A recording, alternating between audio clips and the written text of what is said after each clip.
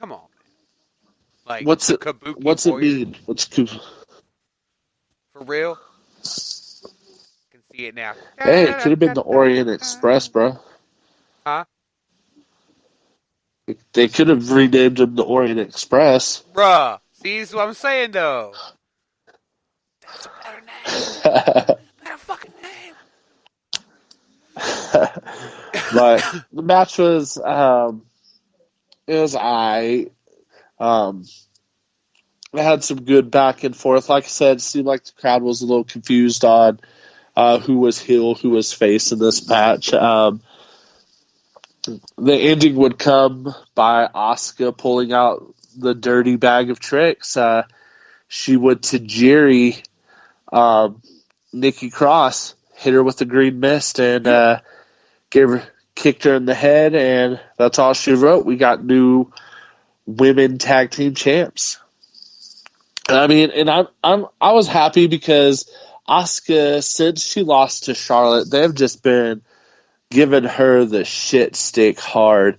And like, I used to always try to defend, like, they're like, Vince does Chinese and Japanese wrestlers dirty. He always like makes them some like you said, some stereotype. Yeah. It makes them some stereotypical gimmick or just doesn't utilize them.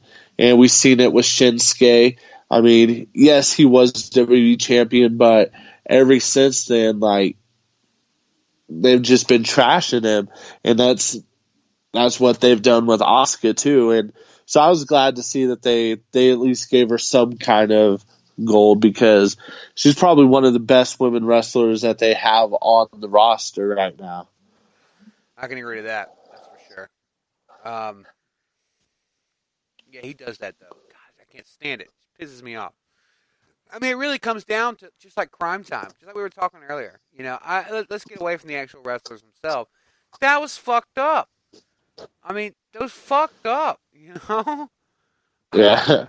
Yeah, it was they couldn't do a crime. I don't think Crime Time would work in this this era. By no means would that be okay right now. Like, this would be the worst time to debut them.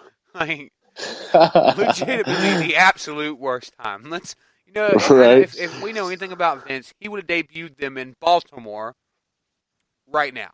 Oh, and yeah. It's the worst fucking time to do that. Yeah, exactly. So, like, I forgot who I was talking to. It was a couple weeks ago that got me thinking about it. I was just like, holy shit, like, Kai and Tai, freaking Tajiri, and I don't even remember what his little buddy's name was. Like, they were kind of just like that joke Japanese gimmick. Then all of them. They didn't, you know? They didn't do shit with Tajiri. Freaking, what was that one dude who was in NXT? He was like badass. I can't think of his name. I can remember. I know his name now. His name now is Kenta, but I can't remember his name from when he was in NXT. Kenzo. Yeah, it's like looking back. No. But yeah. Thinking like every time they've had like a Japanese or like foreign wrestler, they've always like what's his name? He ended up getting with Tori Wilson. He was a big old Japanese guy. Like, he could have been badass, but then they threw him in that shit where he was like abusing Tori Wilson and shit. And it's like, holy shit. But I was, like I said, I was glad that they finally gave Asuka some sort of gold.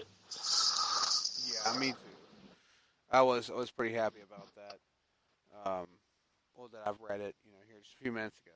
So, because she deserves it. I mean, she honestly shouldn't have ever fucking lost to Charlotte. I hate the fact that the person she lost to was fucking Charlotte Flair of all fucking people, Damn. Fucking weather's changing. Fucking my voice will box here. Next up, we've got the Viking Raiders, Ivar, Eric, with Braun Strowman taking on the OC, which was AJ Styles, Luke Gallows, and Carl Anderson. The Viking Raiders and Strowman ended up picking up the victory after just 8 minutes, 15 seconds via disqualification. I didn't see this match, obviously, so what happened? This was it's like one of them sleeper matches, bro. It wasn't great. I can't even think of anything in this match that stood out to me besides the ending. After the disqualification happened, because all three members of the OC got in the ring and were stomping out. I think it was Rowe. They were stomping out. I don't call them Eric and Ivar. That's Hanson and Rowe. They're the fucking war machine. Really is, yeah. That's all I want. Yeah. So they're stomping out Rowe, and they got disqualified for not breaking the 5 count. Though after the match, Braun Strowman would punch AJ Styles in the face, like knocking him out, bro.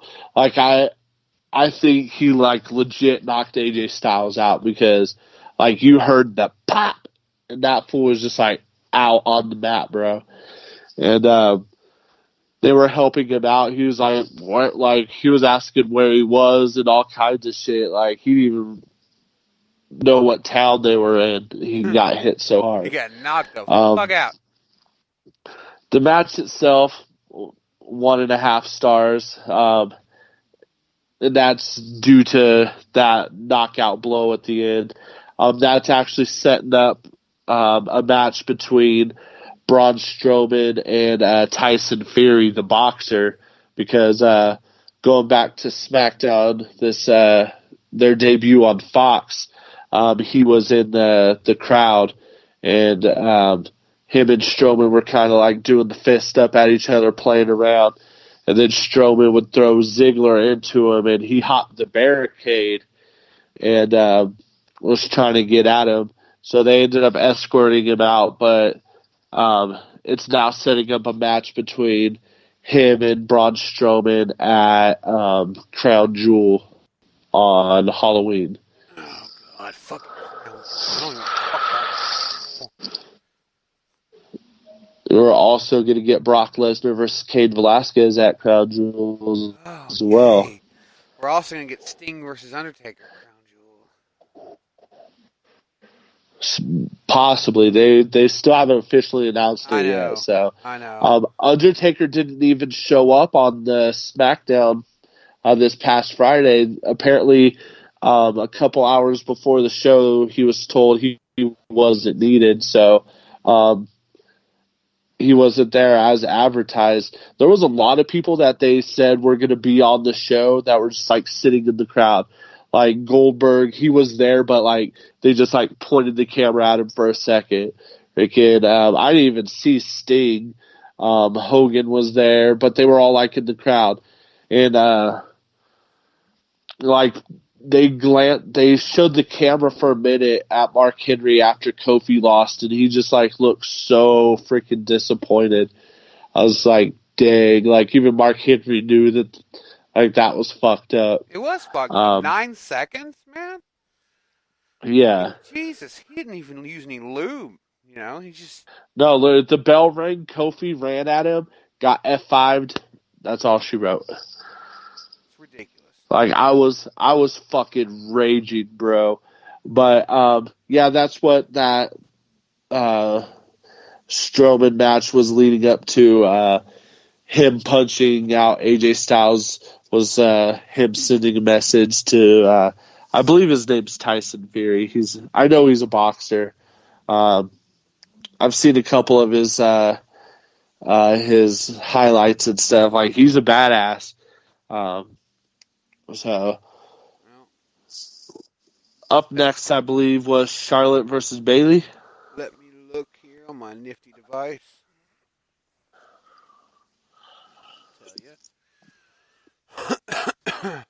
Next up was Chad Gable versus King Corbin Chad taking him out in just 12 minutes and 40 Hashtag, seconds.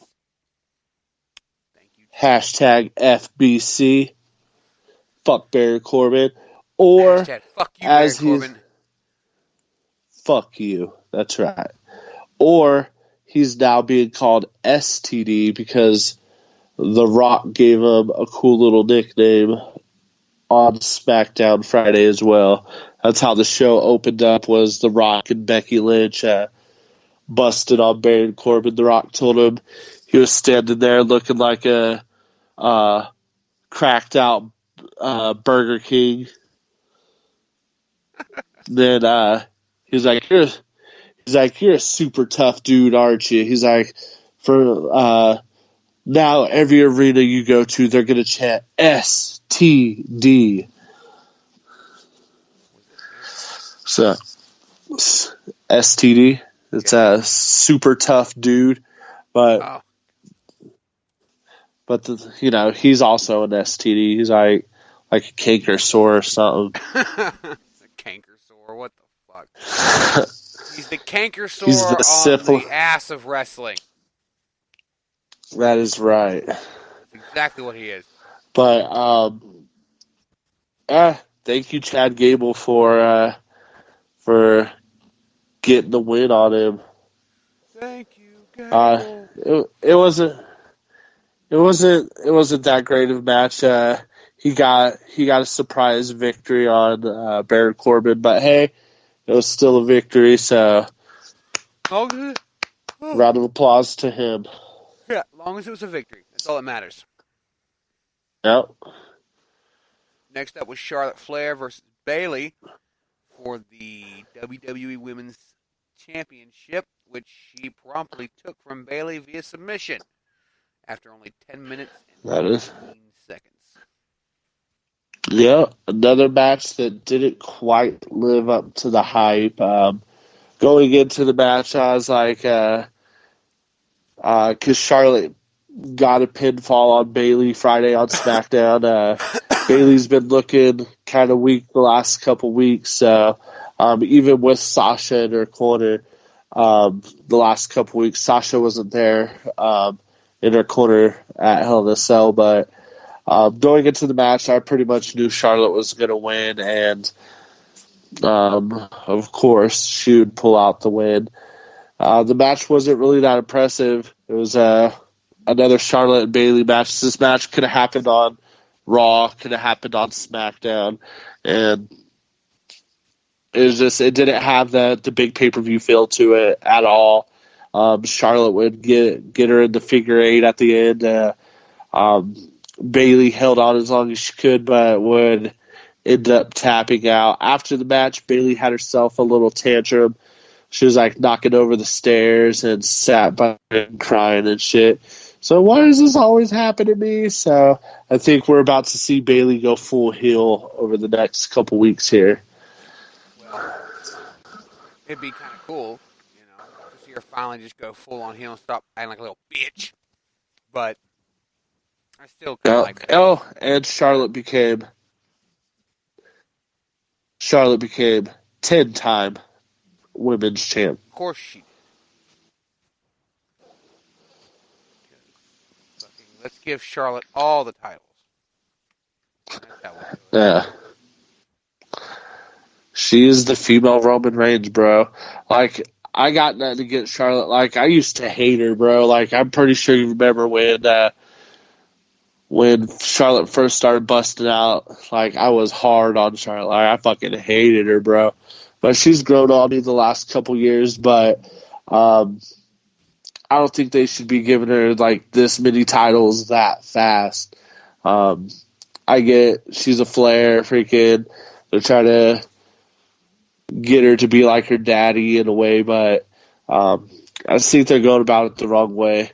She's a great wrestler, but I don't know. They push her way too much. Well, we'll have to wait and see how much more they push her. Because, I mean, I feel like she's going to end up doing this.